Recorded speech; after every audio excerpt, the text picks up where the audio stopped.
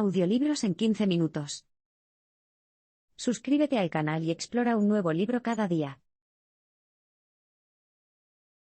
En los proyectos, a pesar de que todos están oficialmente desempleados, el espíritu empresarial florece. Las estadísticas oficiales indican que hasta el 96% de los residentes del proyecto de viviendas públicas Robert Taylor Homes, en el sur de Chicago, están desempleados. Sin embargo, sobre el terreno, los proyectos están repletos de actividad empresarial. La mayoría de las mujeres que viven en los proyectos ganan dinero ofreciendo algún tipo de servicios a otros residentes, como cuidar a los niños, preparar los impuestos, adivinar el futuro, o incluso vender sexo.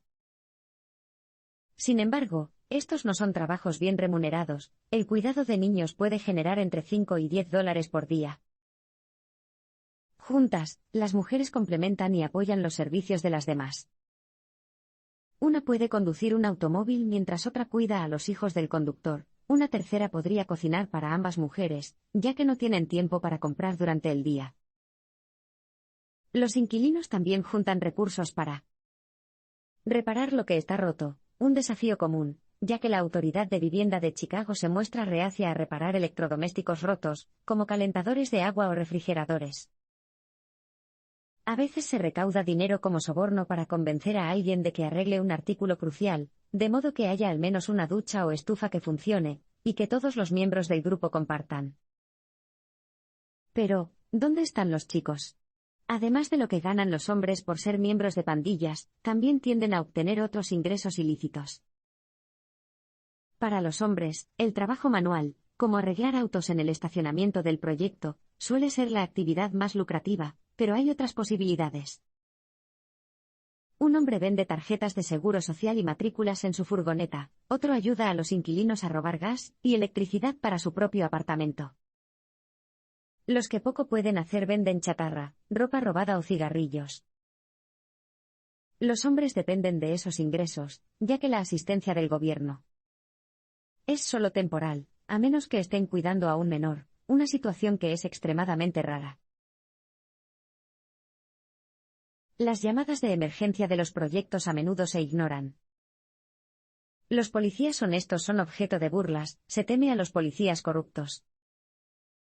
Por programas de televisión y películas, sabemos que los proyectos de vivienda están plagados de delitos, mujeres violadas, niños fusilados, hombres golpeados. Pero no importa lo mal que se ponga, si vives en los proyectos, no llamas a la policía. ¿Por qué? Por un lado, una llamada al 911 de los proyectos rara vez recibe respuesta. Las llamadas de emergencia de urbanizaciones conocidas por sus problemas no se gestionan como las de otros barrios, es decir, se ignoran.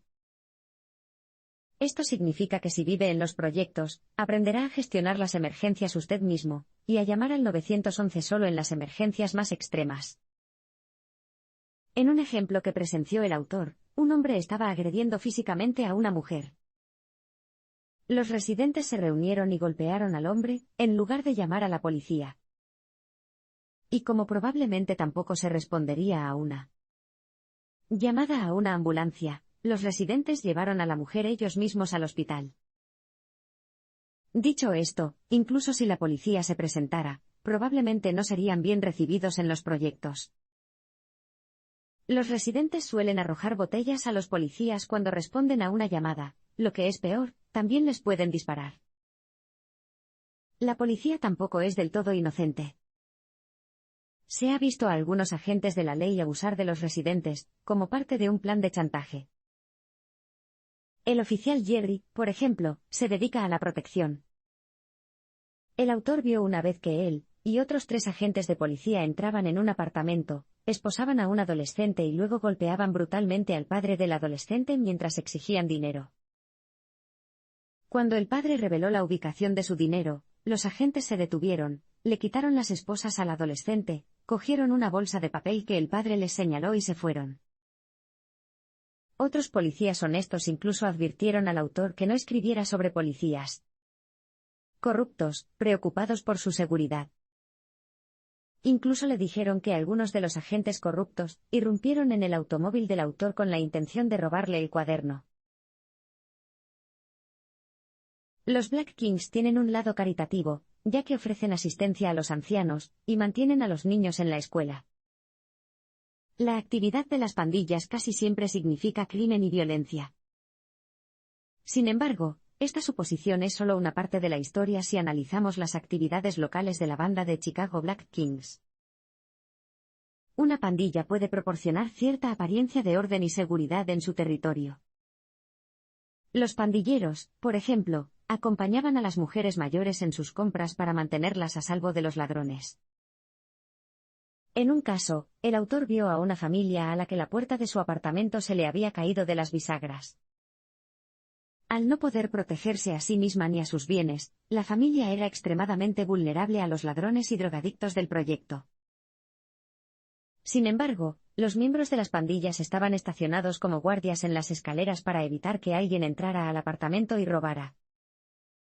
Los pandilleros también cerraron una guarida de drogadictos que funcionaba en un apartamento vacío cercano, para evitar que los adictos se aprovecharan de la situación. La pandilla también puede ayudar económicamente a la comunidad, dando dinero a los inquilinos y al administrador del edificio para que compren bienes compartidos para todos, como alimentos, colchones nuevos o ropa de invierno. La pandilla también apoya a los centros juveniles locales, y organiza eventos como fiestas y torneos deportivos. Sin embargo, la caridad entre pandillas siempre viene con condiciones.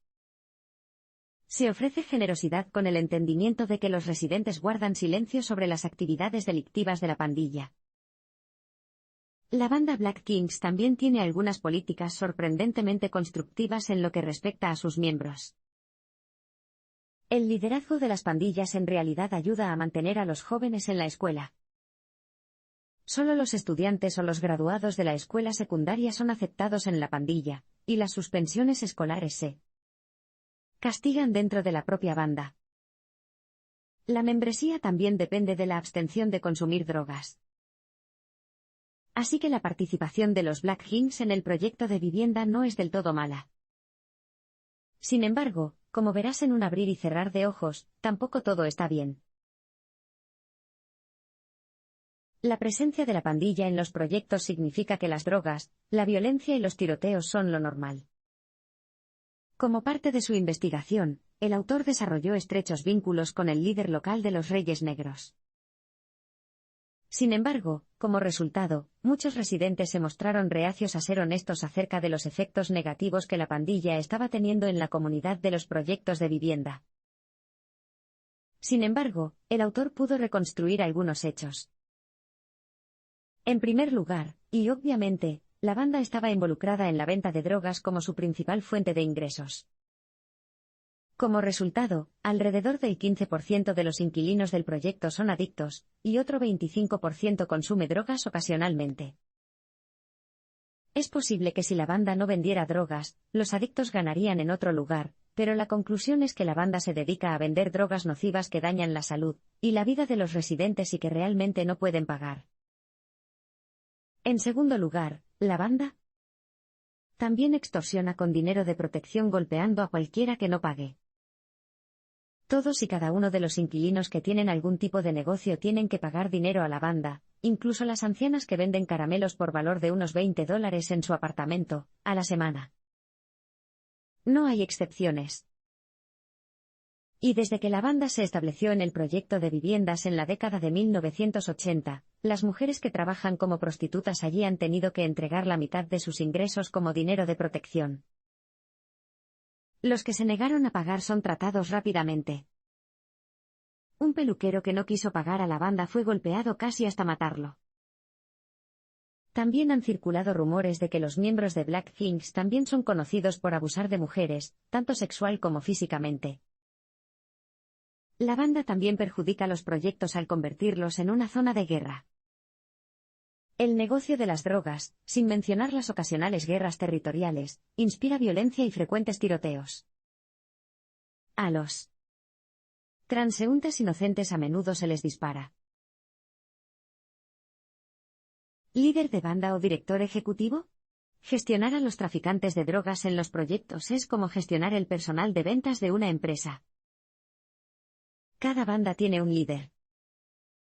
Con los Black Kings, el líder local es un hombre conocido simplemente como JT. JT tiene estudios universitarios, es inteligente y carismático.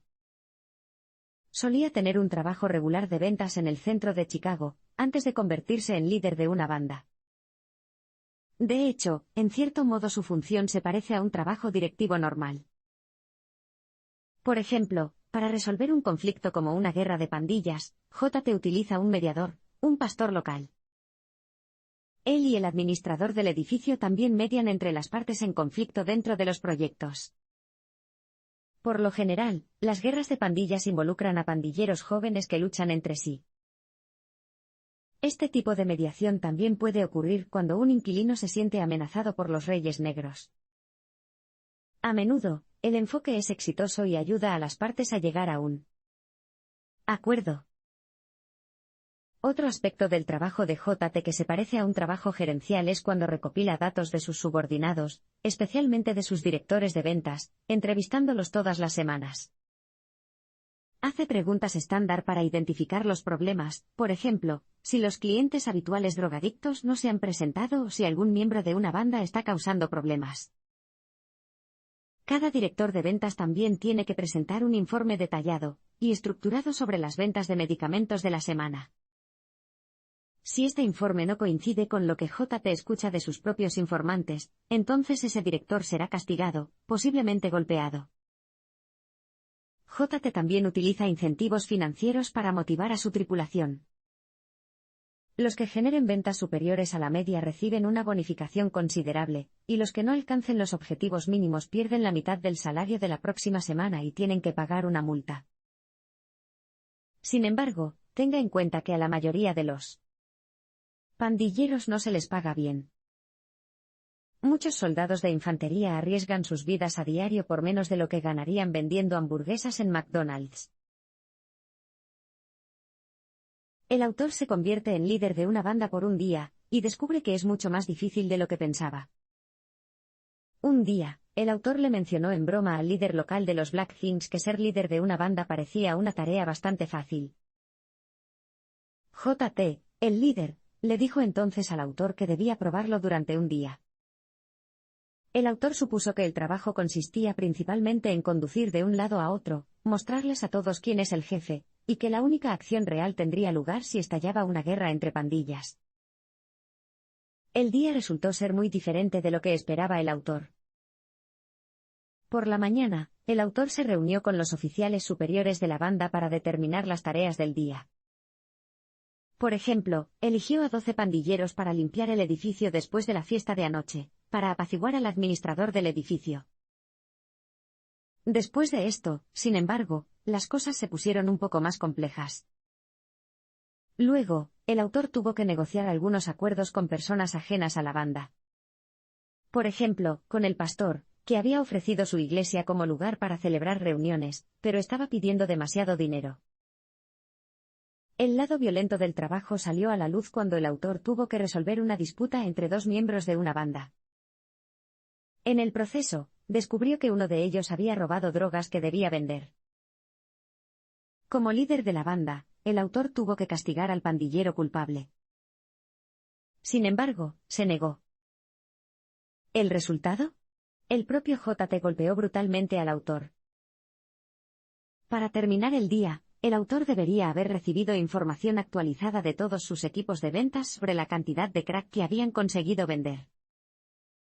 Debido a obvias preocupaciones legales, JT terminó asumiendo esta tarea él mismo. Así que el líder de una banda es igual que el gerente de cualquier negocio, hasta que tienes que golpear a alguien por no hacer una venta. El estatus en los proyectos tiene que ver con el poder. El administrador del edificio se une a la banda para quedarse con la suya. Los Black Kings no son los únicos brazos fuertes de los proyectos. La administradora del edificio, la señora Bailey, también tiene una influencia considerable en la comunidad, tanto buena como mala.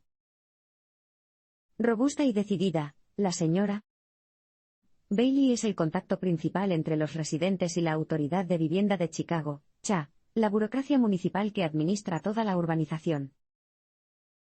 Pero como nada ocurre sin algún tipo de soborno o pago, la señora Bailey es el conducto a través del cual se llevan a cabo este tipo de transacciones. Recauda dinero a los inquilinos a cambio de sobornos por cosas tan sencillas como arreglar un lavabo, lo que llevaría semanas sin esos regalos. La señora Bailey también actúa como abuela del proyecto, y está atenta a los niños que viven en los rascacielos. Ignorados u olvidados por los servicios sociales de la ciudad, estos niños empobrecidos acuden a la señora Bailey para recibir atención, incluidos los chequeos médicos gratuitos que ha convencido a las clínicas locales de que los ofrezcan de forma gratuita. Y si los padres están demasiado drogados como para cuidar a sus hijos, es la señora Bailey quien se asegura de que se alimenten y estén a salvo. Pero a pesar de todo esto, la señora Bailey no es una santa. Acepta sobornos de los líderes de las pandillas, con el entendimiento de que no debe denunciar sus actividades a la policía. Si bien ese dinero se utiliza a menudo para comprar los bienes necesarios para los inquilinos y para ella, el hecho de aceptar los sobornos, por supuesto, mantiene a las pandillas en el negocio de los proyectos. La señora Bailey también es ambiciosa y sabe que tiene el poder en los proyectos. Para mantener el control, coopera de buena gana con los pandilleros. Y como ocurre con cualquier persona en una posición de máximo poder, la señora Bailey lo reparte de manera desigual. Prefiere a los inquilinos que le gustan e ignora a los que no le gustan. Sabe que los residentes son impotentes sin ella. Así es la vida en las casas de Robert Taylor. Pero, ¿cómo fue para el autor, un académico muy alejado de su mundo, investigar en un entorno tan peligroso? Lea más para averiguarlo. Después de tanto tiempo dedicado a los proyectos, al autor le resultó difícil permanecer imparcial en su investigación. Dadas las amenazas diarias de violencia y pobreza general en los hogares de Robert Taylor, ¿cómo abordarías un proyecto de investigación sobre la vida de los residentes de esos hogares? ¿Llamarías a las puertas con un portapapeles y harías a los residentes, desempleados, pobres y quizás miembros de una pandilla, que ciertamente desconfían de quién eres y por qué estás allí, preguntas como, ¿qué se siente ser negro y pobre? El autor probó las estrategias académicas típicas al principio, pero rápidamente se dio cuenta de que no tenía sentido. Para conocer realmente lo que sucedía en los proyectos, tuvo que sumergirse en la comunidad y en su vida cotidiana. Por supuesto, esta estrategia también planteaba muchos problemas. Si bien el autor trató de estudiar objetivamente a todos los grupos del proyecto de vivienda, fue difícil permanecer imparcial. Los inquilinos, el administrador del edificio e incluso los miembros de los Reyes Negros querían saber de qué lado estaba, y se mostraban recelosos cuando hablaba con otros grupos o pandillas. Y después de 10 años de estudio, el autor también se ocupó de los residentes del proyecto, y estableció relaciones estrechas con ciertas personas, como el líder de la banda, J.T. Esto puso en peligro aún más su objetividad. Al autor también le preocupaba que su investigación pudiera meterlo en problemas con la ley. Después de todo, pasar tiempo con miembros de pandillas lleva inevitablemente a uno a aprender mucho sobre sus actividades ilegales. Los asesores académicos del autor le dijeron que buscara un abogado y explicara su situación. Como resultado, le dijeron que tenía que avisar a la policía siempre, y cuando se enterara de algún plan hecho por miembros de una pandilla que implicara violencia. Desafortunadamente, los sociólogos no tienen una base legal para proteger las fuentes confidenciales, como lo hacen los periodistas. Si se citara al autor para que testifique ante el tribunal, se enfrentaría a una difícil elección. Oculta información y va a la cárcel, o traiciona la confianza de los Reyes Negros y podría poner en riesgo su vida.